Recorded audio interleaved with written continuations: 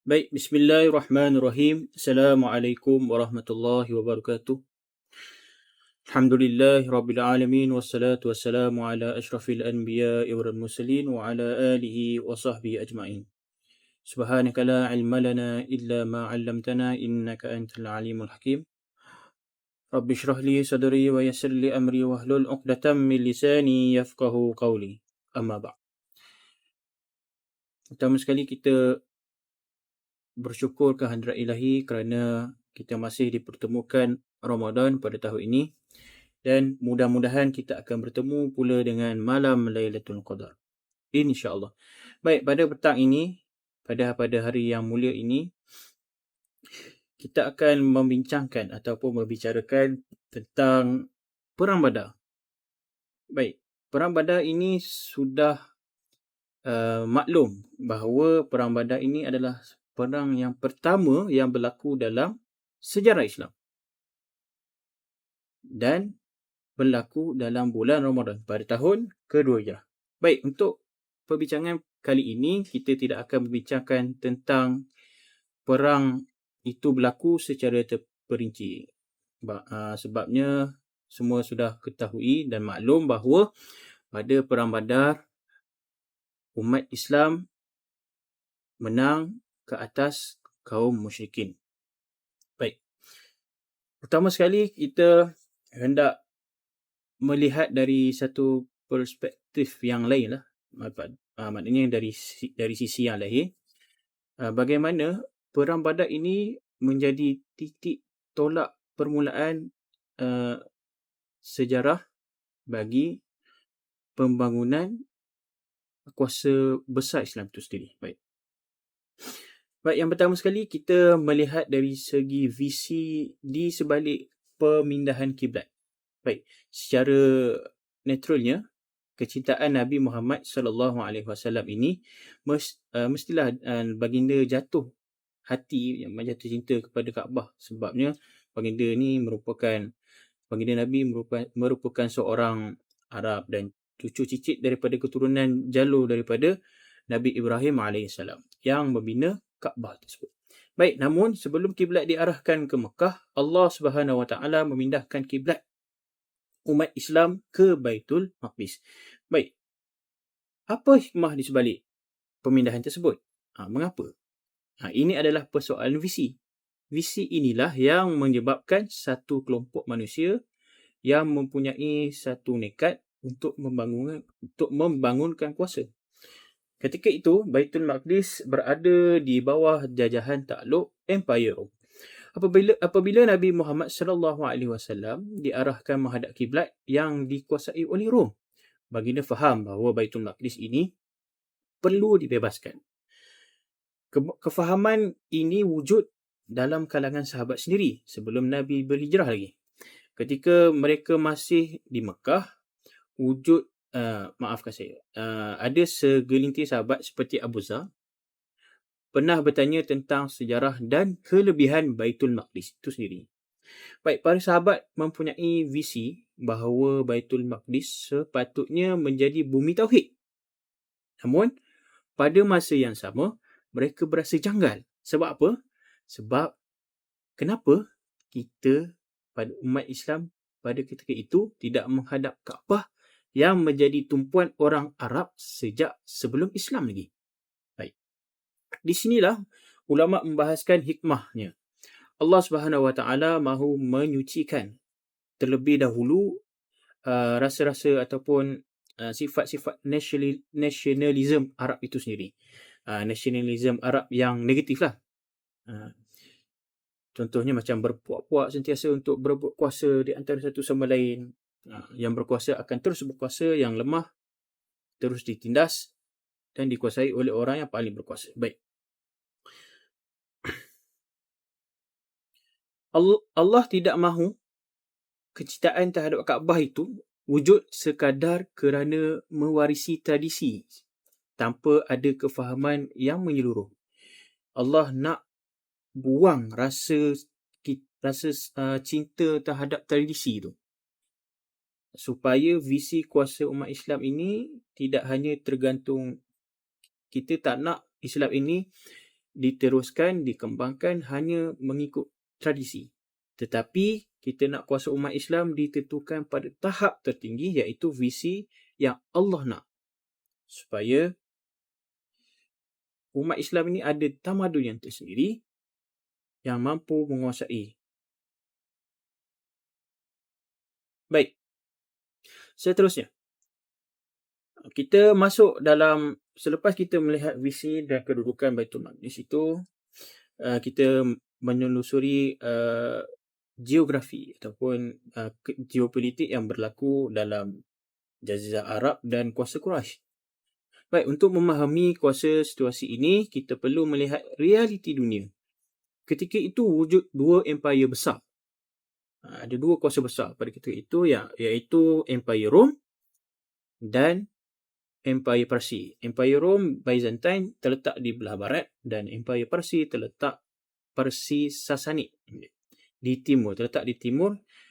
Masing-masing ada agama yang tersendiri. Kedua-dua empire perbuat ini sedang berada pada umur yang lanjut, maknanya sudah berusia, dah orang kata dah macam berada di ambang usia yang tua lah, dan sibuk.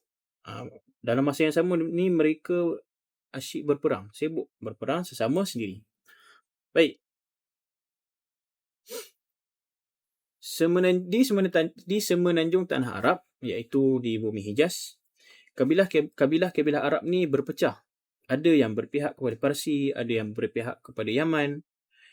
Ada yang berpihak kepada Parsi, contohnya di Yaman, dan ada juga yang berpihak kepada Rom di bahagian utara. Namun, kelebihan orang Quraisy ni adalah mereka berjaya mengekalkan kedudukan yang neutral, yang dia berada di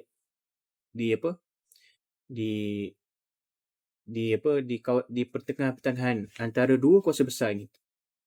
Baik, seterusnya disebabkan peperangan Rom dan Parsi, laluan sutera terganggu. Pada zaman dulu pun ada laluan sutera. Laluan sutera ni adalah tujuannya adalah khususnya untuk perdagangan.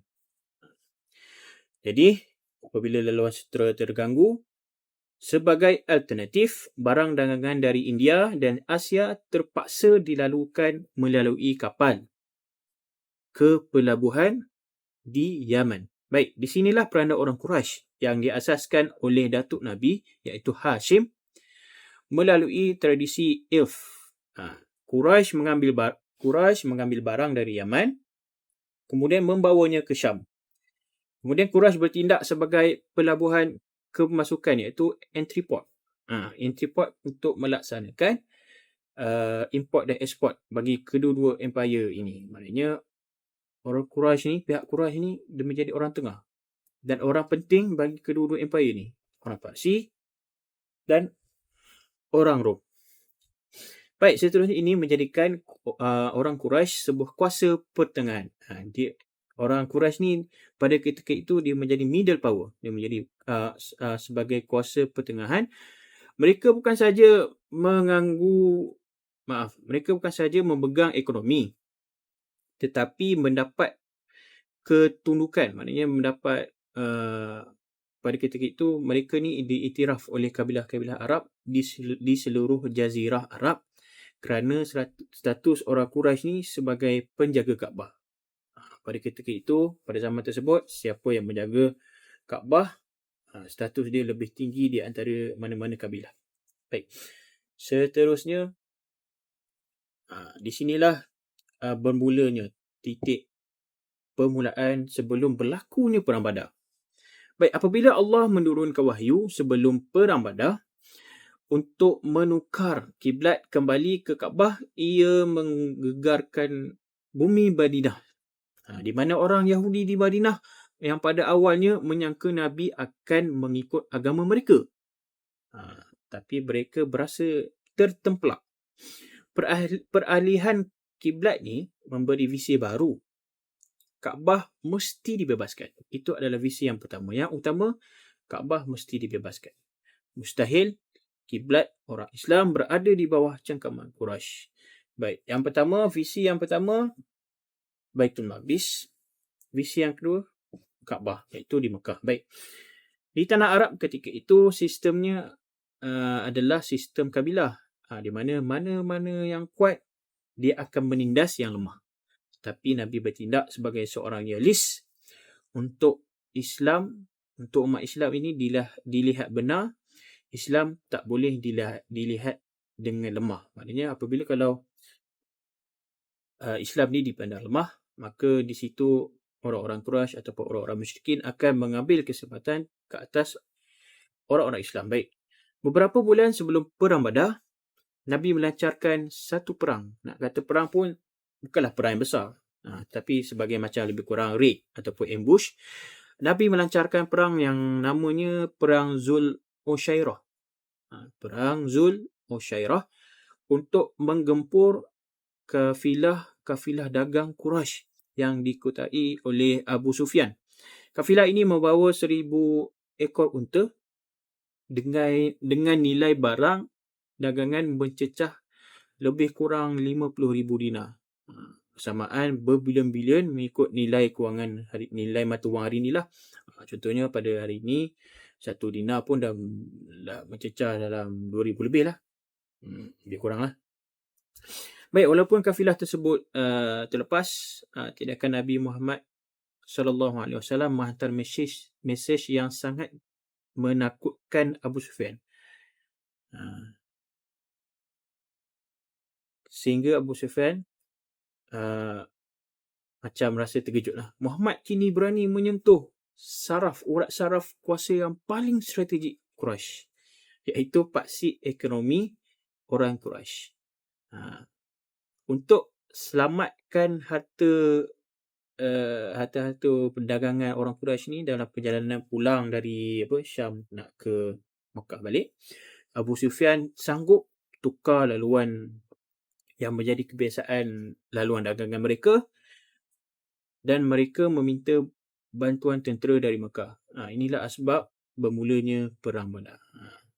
Maknanya Abu Sufyan dia sanggup dari jalan yang biasa dia lalu, dia sanggup ikut jalan jauh walaupun terpaksa berjalan di, orang kata ada setengah kata yang melalui jalan yang tepi-tepi laut lah, macam tu lah. Okay, baik. Kemudian seterusnya sebagai manusia ni, untuk kita membahaskan tentang perang ni. Perang ni sebagai manusia memang menolak perang dan mengatakan agama tak sepatutnya mencetuskan konflik.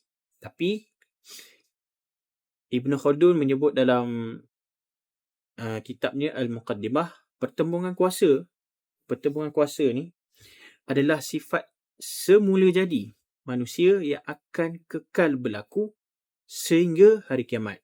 Cumanya apa yang membezakannya adalah tujuan perang tu untuk apa. Baik. Al-Quran sendiri mengiktiraf perang pada tahap tertentu apabila instrumen lain tidak lagi berkesan. Perang Badar dibenarkan atas satu matlamat utama, iaitu untuk menghilangkan fitnah. Kenapa? Baik. Fitnah di sini bukan sekadar menuduh tanpa bukti. Fitnah dalam bahasa Al-Quran bermaksud mereka yang membawa kebatilan. Mereka yang membawa kebatilan tetapi mendakwa ia sebagai satu kebenaran. Fitnah ni adalah orang bila dia membenarkan kebatilan. Kita tahu bahawa ia adalah batil, tapi dia tetap mengatakan itu adalah benar. Baik. Sepakat analogi zaman sekarang, apabila pemimpin seperti Netanyahu dan Trump mendakwa diri mereka sebagai peacemaker, pembawa keamanan, sedangkan mereka sendiri yang melakukan peperangan, kemusnahan dan sebagainya. Baik, jika tiada siapa yang melawan fitnah yang tadi tu, ini lama kelamaan seluruh dunia akan menerima kuasa-kuasa yang jahat sebagai benda yang betul.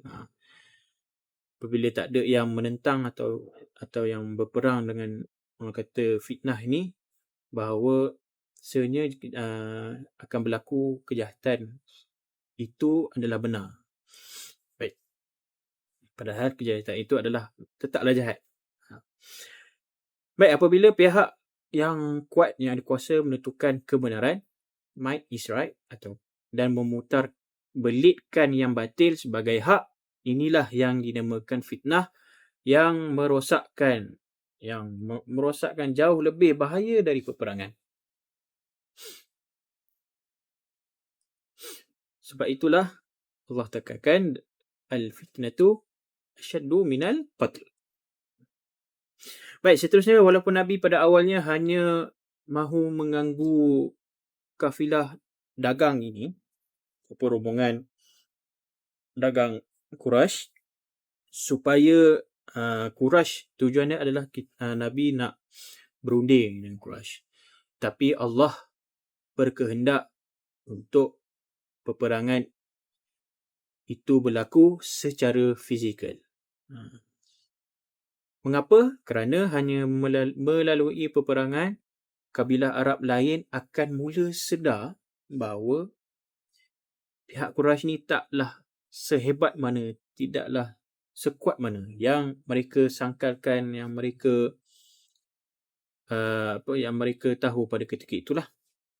Dan sehingga mereka mempersoalkan ketuanan Quraisy pada ketika itu. Baik. Kemenangan umat Islam dalam Perang Badar membuktikan Islam pada ketika itu membalikkan keadaan. Seperti yang mana saya telah sebut tadi. Mereka yang selama ini difitnah sebagai pemecah belah dan ahli sihir dan sebagainya, tiba-tiba menang. Perang Badar ini benar-benar menjadi penanda pemisah antara kebenaran dan kebatilan di mata seluruh tanah semenanjung Arab. Di sinilah Perang Badar juga dikenali sebagai Perang Al-Furqan. Baik. Persoalan timbul di sini memandangkan misi umat Islam adalah untuk menewaskan kesesatan Rom dan Parsi. Kenapa Nabi Muhammad SAW tidak terus menyerang empayar besar ini sejak awal? Bukankah Allah akan berikan kemenangan? Kenapa Nabi Muhammad tidak terus serang Rom dan Parsi pada ketika itu? Padahal, pada Perang Badar tersebut kita pun telah dibuktikan, telah ditunjukkan bahawa pertolongan Allah itu ada. Jadi, yang pertama sekali adalah kuasa perlu dibina. Kuasa perlu dibina terutama dahulu. Supaya untuk mengambil alih sebuah kuasa besar, umat Islam mesti menjadi kuasa yang mampan terlebih dahulu. Baik, jika sekiranya Nabi terus menewaskan Rom pada ketika itu tanpa batu asas kuasa yang kukuh, umat Islam akan mewarisi segala masalah yang ada pada kerajaan Rom ataupun Parsi pada ketika itu. Contohnya macam sekiranya kuasa besar Islam pada ketika itu mampu mengalahkan kuasa besar yang lain, kuasa besar Rom dan Parsi, maka kuasa Islam akan mewarisi segala masalah, hutanglah dari segi masalah dalaman, dari segi masalah ketenteraan dan sebagainya, dan dari segi masalah bebanan yang ditanggung oleh Empayar Rom dan Parsi yang secara yang kita telah katakan tadi yang berada di usia yang tua. Jadi sebaliknya, kebijaksanaan aturan Allah, susunan Allah Subhanahu Wa Taala telah memerintahkan umat Islam supaya menundukkan Quraisy terlebih dahulu. Baik, kemuncaknya adalah semasa Fathul Mekah. Itu adalah selepas Perang Badar. Perang Badar ini adalah satu titik permulaan. Kemudian berlaku siri-siri peperangan yang seterusnya sehinggalah pembukaan Mekah. Di mana apabila Nabi mengambil alih sepenuhnya peranan kuasa ekonomi dan geografi yang diasaskan oleh datuk nenek moyang baginda sendiri seperti Hashim dan Qusay. Susulan daripada peristiwa itu, seluruh kabilah Arab datang berbondong-bondong menyerahkan walak dan ketaatan kepada Nabi. Itu adalah satu titik permulaan selepas Perang Badar. Perang Badar, Allah nak buka mata, Allah nak buka visi supaya umat Islam ini jelas. Umat Islam perlukan kuasa, dan pembukaan kota Mekah adalah satu titik permulaan untuk umat Islam menjadi sebuah kuasa besar. Baik, seterusnya, apabila realiti kuasa yang berlaku pada ketika itu di semenanjung tanah Arab berubah sepenuhnya kepada Islam, Empire Rom dan Parsi mula membuka mata dan terkejut. Kuasa yang mempunyai pada ketika itu, kuasa umat Islam, kuasa besar Islam, kuasa Islam pada ketika itu ada satu daya tarikan seumpama magnet yang tersendiri. Maknanya ada aura yang tersendiri. Apabila Islam berkuasa di semenanjung tanah Arab, barulah Rom dan Parsi mula memandang serius terhadap surat-surat dakwah Nabi. Baik. Sebelum ini pun, sebelum pembukaan kota Mekah ataupun selepas ataupun ketika berlakunya siri-siri peperangan berlaku sebelum pembukaan kota Mekah, Nabi sering menghantar surat-surat yang berunsur dakwah kepada Rom dan Parsi dengan mengharapkan mereka ini pemimpin-pemimpin kuasa besar pada ketika itu, Rom dan Parsi, dapat dapat menerima Islam, iaitu supaya dapat diberikan hidayah lah. Tetapi Allah belum mengizinkannya lagi. Baik. Sebab itulah pada awalnya Nabi hantar surat, tapi pada ketika itu mereka tidak mengambil serius. Surat dari Nabi Muhammad, kita tak pandang serius.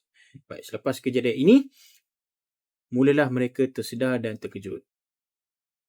Baik, ancaman kuasa besar terhadap kebangkitan Islam ini sangat real, sangat nyata selepas perang Tabuk. Khususnya berlaku pembinaan Masjid Dirar.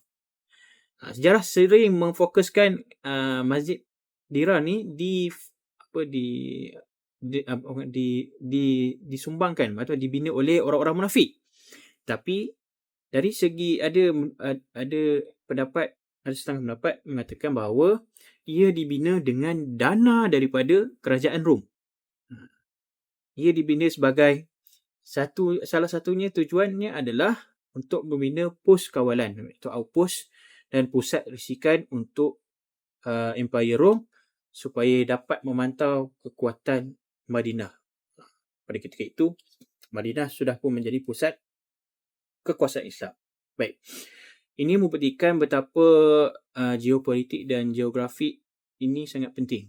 Kita lihat saja realiti moden negara-negara Teluk hari ini. Walaupun mereka mendakwa berdaulat, wilayah mereka dipenuhi dengan pangkalan-pangkalan tentera asing, khususnya Amerika Syarikat lah, yang hakikatnya hadir bukan untuk melindungi pun, tapi menjajah. Lebih kepada menjajah, tetapi tidak menjajah secara terus. Baik, selepas menyedari hakikat ini, Nabi Muhammad SAW terlebih dahulu memastikan seluruh jazirah Arab dibebaskan dan kedaulatannya terjamin sepenuhnya. Barulah Nabi Muhammad SAW mempersiapkan tentera di bawah pimpinan Usamah bin Zaid untuk menggempur perbatasan Empire Rom di Palestin sebelum baginda wafat. Baik. Di sini kita akan tengok siapa sebenarnya pemegang kuasa, khususnya kuasa yang berada di semenanjung tanah Arab. Baik, jika kita meneliti sejarah ataupun sirah, yang menguasai semenanjung tanah Arab ini adalah elit kapitalis dari Quraisy dan rakan rapat mereka dari Taif. Maknanya orang Quraisy, Mekah dan Taif ni mempunyai orang kata partner in crime lah. Diorang ni ada partner. yang terdiri daripada golongan kaya. Mereka inilah yang memegang hegemoni yang menyebabkan kabilah lain terpaksa tunduk dengan mereka. Baik, perkara sama berulang pada zaman kini, zaman moden ini. Hari ini wujud apa yang diistilahkan sebagai elit global kapitalis. Apabila fail seperti fail Epstein didedahkan baru-baru ini, ia bukanlah perkara yang mengejutkan bagi orang-orang yang melihat dan mengkaji geopolitik. Baik, ini adalah taktik ulangan sejarah. Kelompok elit ini menggunakan fail-fail gelap ataupun black file untuk mengungkut pemimpin dunia supaya mengikut kehendak mereka.